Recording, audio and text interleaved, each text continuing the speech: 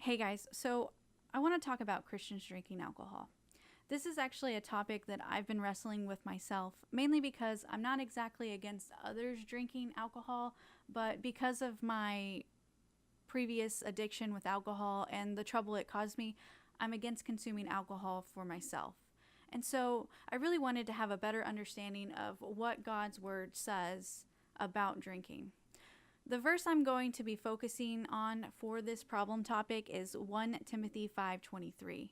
First, just to give you some context about 1 Timothy is it's one of the pastoral letters written by Paul sometime in 63 AD and after Paul's first imprisonment in Rome. Paul's writing to Timothy, who's known as Paul's spiritual son, and he's writing to instruct and encourage him with different things such as warnings against heresy, false teaching, prayer, worship, church leadership, and pastoring different groups within the church. 1 Timothy 5, where the verse I'm talking about falls into, is specifically about pastoring different groups within the church.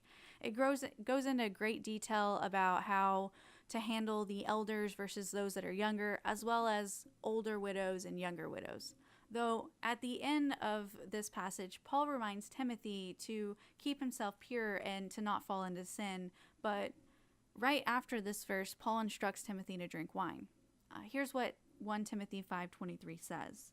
Stop drinking only water and use a little wine because of your stomach and frequent illnesses. So with this verse, here we can see clearly that Paul instructs Timothy to drink. The important thing to note, though, is that he uses the word little wine and also the purpose in which he is being instructed to drink. These are important because, for one, back in those days, clean water was not always easy to come by, so they would use wine as a substitute of water. The fact that Paul suggests to Timothy that he should drink wine also points out that Timothy probably abstained from alcohol as a good example to the others. But because he is still instructing him to drink wine, even if it's a little wine, means that the actual consumption of wine is not bad, but the context in which you choose to drink is where the problem arises.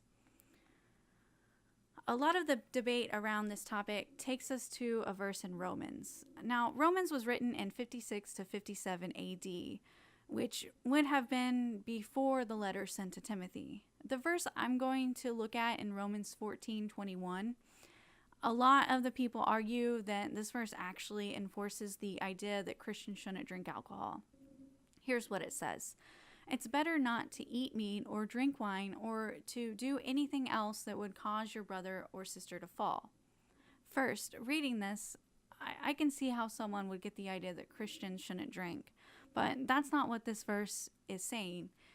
It actually only reinforces the point in regards to drinking made in 1 Timothy 5:23, because if this verse meant don't drink ever, then Paul would have never suggested to Timothy to even have a little wine.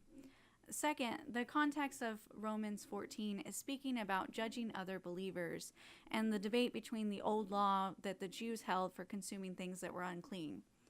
And Paul is suggesting that if eating certain meats or drinking wine would distress another believer, then it's best not to. But it's not saying that believers aren't allowed to drink.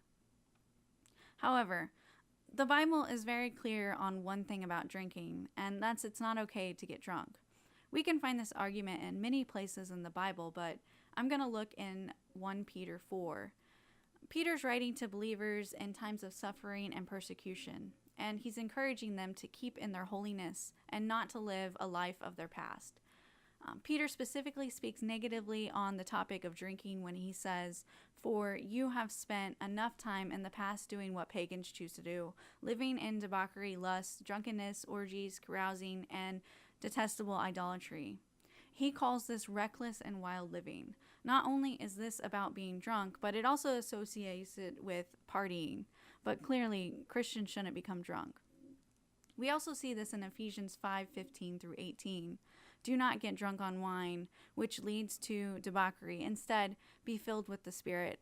This verse points out how becoming intoxicated leads to sinfulness, which is one of the many reasons why the Bible speaks against Christians drinking for the purpose of getting drunk. The usage of the word drunk instead of drink further emphasizes the argument that allows Christians to drink in the right context, as we saw in 1 Timothy 5:23. Another instance that believers debate is in regards to the topic of the famous wedding scene found in John 2, when Jesus turns water into wine.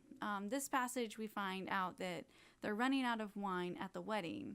This is very significant in Jewish culture because if the wine ran out before the conclusions of the ceremony, this would be an embarrassment and a bad sign for the marriage they were celebrating.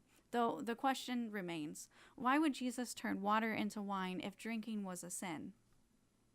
The fact is that in those days, wine was an essential part in the cultural, especially due to the issues with polluted water. Because the people at that time did not always have access to clean water, the people would drink wine instead. Though, because Jesus does in fact turn the water into wine, concludes that drinking alcohol is not a sin. The verse in John 2, however, was not condoning people to get drunk. Even though there may have been some people at the wedding who did get drunk, that does not mean that every person was. Also, the fact that it was a Jewish wedding means that most likely that those there knew what God had said about drinking, which many times the Old Testament speaks against drunkenness.